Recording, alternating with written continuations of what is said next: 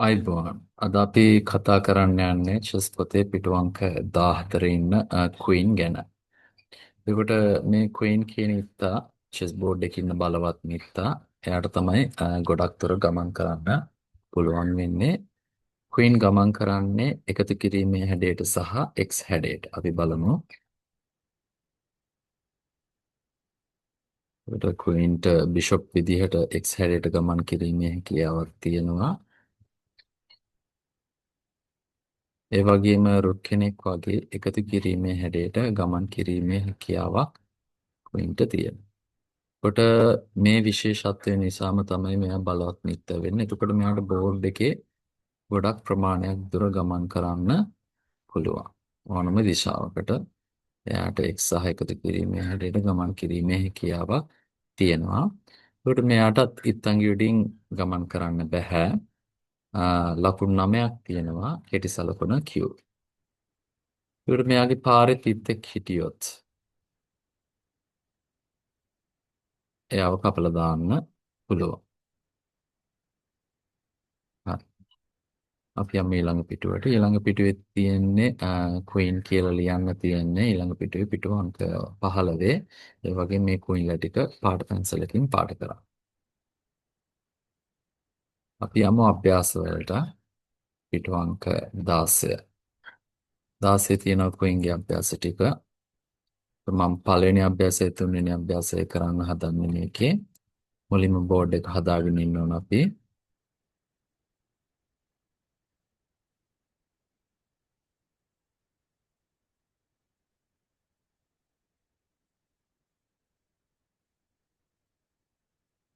මාත් එක්කම බෝඩ් එක හැදුවා නම් ඔයාලට ලේසි. නැත්නම් මේ වීඩියෝ එක බලලා ඉවරලා ඔයාලට තනියම මේ අභ්‍යාස ටික කරන්නත් පුළුවන්.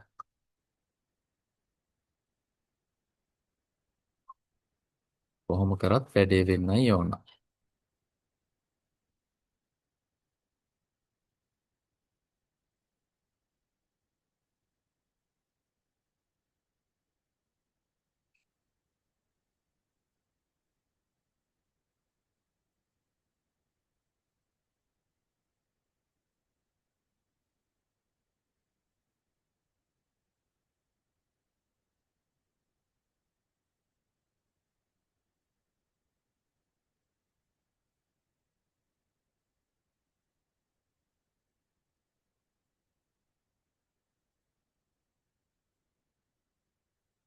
හරි. අපි බෝඩ් එක හදලා ඉවරයි. ප්‍රශ්නෙන් අහන කළු ක්වීන්ට ගමන් කළ හැකි කොටු මොනවාද? එතකොට කළු ක්වීන් එක්කෙනා ඉන්නේ අපිට ක්වීන්ලා. ඒ කියන්නේ කළු පැත්තෙත් එක්කෙනා, සුදු පැත්තෙත් එක්කෙනා ඉන්නේ. 100ට කොටු ඉන්නවා ක්වීන්. මේ බලමු යාට යන්න පුළුවන් කොටු මොනවාද කියලා. මෙන්න මේ පාරවල් දිගේ තමයි එයාට යන්න පුළුවන්. එයාට ඉත්තන් ගෙඩෙන් ගමන් කරන්න බැරි නිසා. අපි එකින් එක අදිමු. ක්වීන්ගේ අකුර Q. එතකොට Q තමයි අපි මෙතනදී පාවිච්චි කරන්නේ.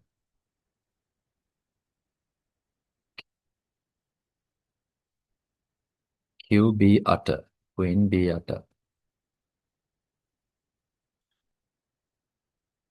ඊට පස්සේ ගන්න ඕන ඉත්තව. ළඟට තව උත්තරයක් හොයා ගන්න වෙනවා. Queen D8.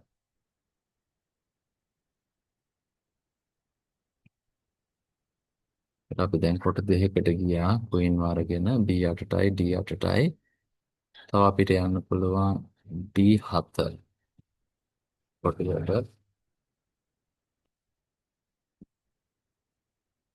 Queen D7.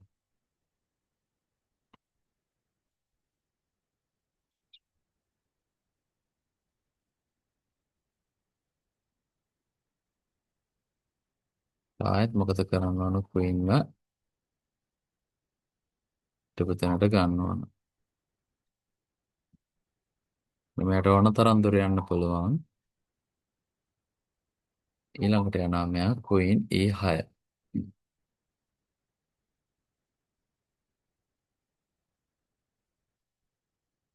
Queen E6.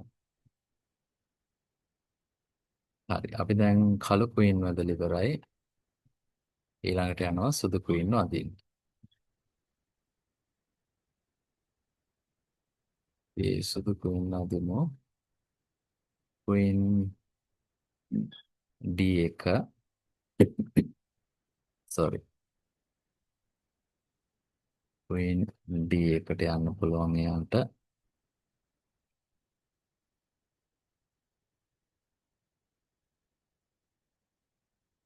කුයින් D2ට යන්න පුළුවන්.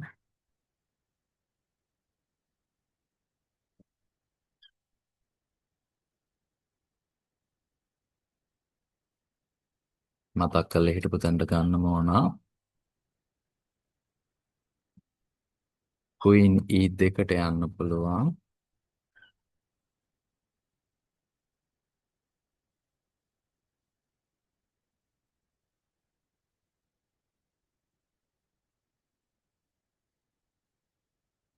කුයින් E3ට යන්න පුළුවන්.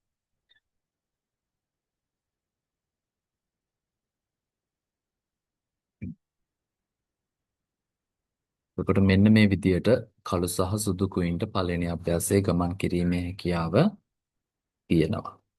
ඒක හැමතිස්සෙම මතක තියාගන්න ඕනේ. ඊතව ආපස්සට පොතේ ඉන්න තැනට අපි ගන්න ඕන. නැත්නම් අපේ උත්තර ටික වරදින්න පුළුවන්. හරි. ඒකට අංක දෙක අභ්‍යාසය වලට ගෙදර වැඩ හැටියට දෙන්නේ. වලෙක් ගෙදර වැඩ හැටියට කරන්න. ඉස්සරහටත් තියෙන ගොඩක් අභ්‍යාස කුයින් ගැන. ඒවත් වලට තනියම කරන්න පුළුවන්. දැන් යනවා අභ්‍යාස අංක 3. මේකත් අපි බෝඩ් එකේ හදා ගන්න ඕන.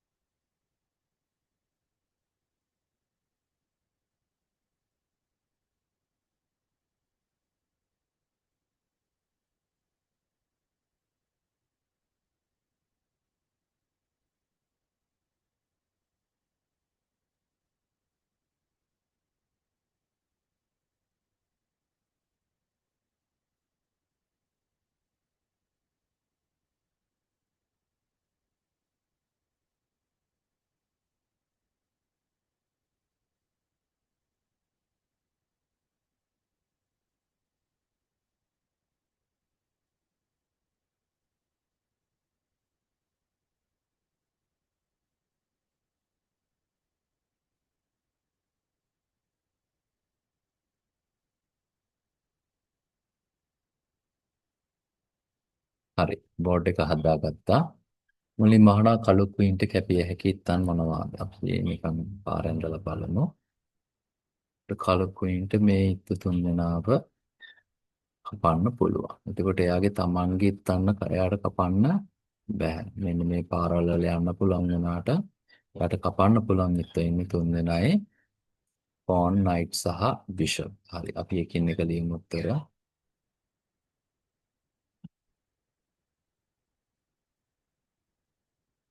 කපද්දී අපි අනිවාර්යෙන් කපන ලකුණ දාන්න ඕන. ක්වීන් කැපුවා. ඒ පහේ ඉන්නව කැපුවා. ආයෙත් ක්වීන් හිටපු තැනට ගන්න. ඊළඟට ක්වීන් කපනවා F3 ඉන්නව.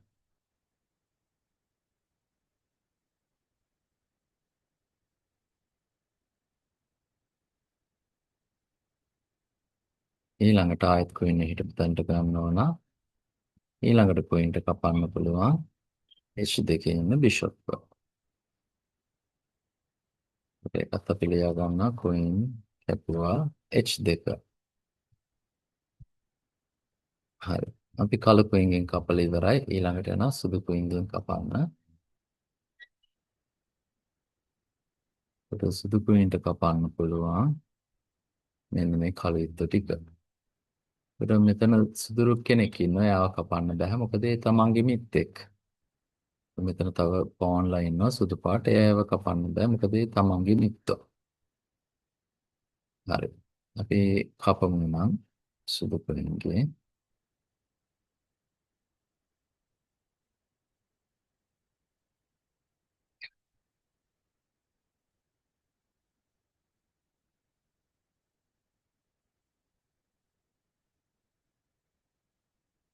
Queen කැපුවා A7. A7 ඉන්න රුක්ක කැපුවේ පිටුපත තැනට ගන්න ඕන. තව එක්කෙනෙක් කපනවා. ක්වීන් කපනවා D8. D8 ඉන්න රුක්